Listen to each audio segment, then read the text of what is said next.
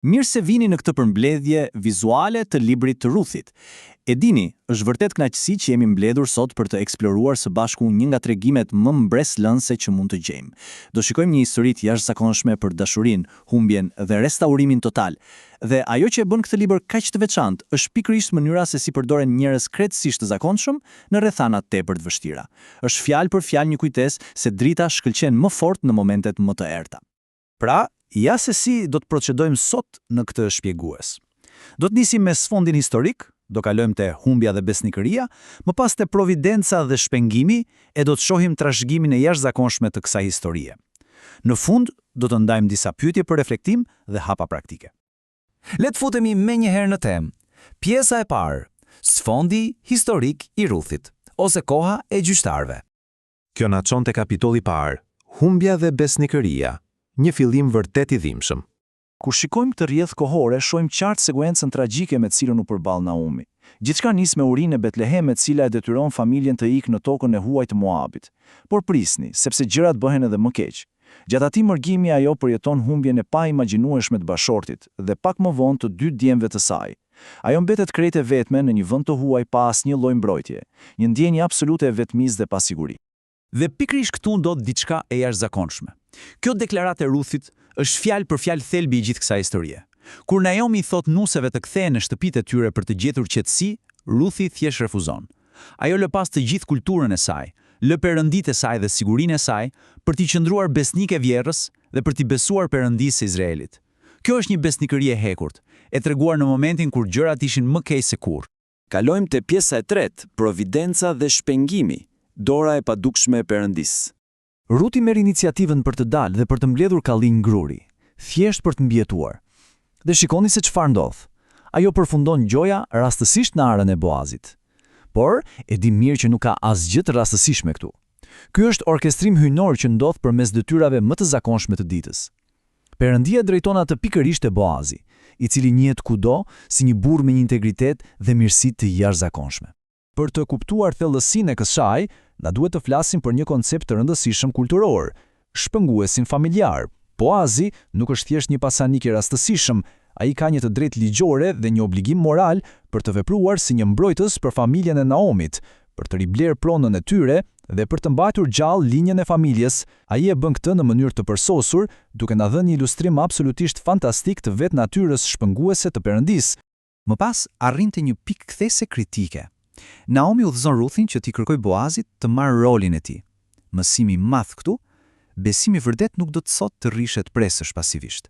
Ai kërkon veprim dhe guxim të madh. Të shkojë natën në lëm ishte një rrezik jashtëzakonisht i madh social, por Ruthi e bën këtë me një përulësi aq të thellë të pastër, pa asnjë lloj manipulimi. Ajo vendos fatin e saj plotësisht te karakteri i tij. Gjë që na sjell te pjesa e katërt, një trashëgimi që ndryshon historinë. Rrota kthehet nga humbja në shpresë. Vetëm shikoni pak këtë kontrast. Është një transformim total. Në fillim, kishim një Naomi të thyer që thoshte, jam e zbrazët dhe e idhruar, kurse tani ajo është e mbushur me gëzim. Mban një nip në krah, e rrethuar nga një familje restauruar dhe e mbushur plot shprese. Ky është efekti i vërtetë i hirit hyjnor. Ai ndryshim radikal që të kthen nga errësira në një dritë të plotë. Dhe mendojeni pak, pasojat e këtij bashkimi shkojnë shumë përtej atij fshati. Shikoni këtë linjë. Nga Ruthi dhe Boazi vjen Obedi. Obedi bëhet gjyshi i mbretit të madh David. Dhe shekuj më vonë, nga po kjo linjë vjen vetë Jezusi. Është absolutisht mahnitse të shohësh se si një grua e huaj, një evje e varfër, bëhet një hallkë thelbësore në historinë e madhe të shpëtimit. Historitë tona të vogla janë përherë pjesë e një mozaiku shumë më të madh. Tani, le të ndalemi te pjesa e 5. Pyetje për reflektim. Le të bëjmë një diskutim të shkurtër. Pra ja një pyetje për të cilën vërtet ia vlen të thellohemi. Si mund të qëndrojmë të fortë dhe besnik kur përballemi me humbje dhe pasiguri të thellë? Siç e pam me Ruthin, besnikëria e vërtet nuk provohet kur dielli shkëlqen, ajo testohet kur je në mes të stuhisë.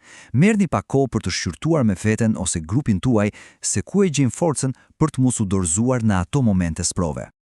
Edhe ja një pyetje tjetër fantastike. Ku mund ta shohim realisht dorën e padukshme të Perëndisë në jetën tonë të përditshme? E dini, ne njerëzit shpesh kërkojmë mrekulli masive, por ky libër na tregon se mrekullia më e madhe mund të jetë thjesht një takim i rastësishëm në arën e dur. Si e kultivojmë atë syrin shpirtëror për ta parë këtë providencë të heshtur çdo ditë. E fundit, por jo më pak e rëndësishmja, pjesa e 6, hapa praktik për sot. Si ta jetojmë këtë në realitet? Këtu kemi disa zbatime konkrete për ne. Së pari, të jemi të marrësisht besnik në marrëdhëniet tona, ashtu si Ruthi. Së dyti, të mos e humbim shpresën asnjëherë në vështirësi. Së treti, të tregojmë atë mirësi proaktive ndaj njerëzve në nevojë, njësoj siç bëri Boazi, dhe sigurisht të veprojmë në çdo hap me integritet dhe t'ja besojmë të ardhmen tonë tërësisht planit perëndis. Nëse do të merrnim vetëm një gjë nga ky shpjegues, është kjo e vërtet fantastike. Perëndia përdor njerëz krejt të zakonshëm për plane jashtëzakonisht mëdha. Ai përdori një vete të dëshpëruar, një të huaj dhe një fermer për të ndryshuar rrjedhën e historisë.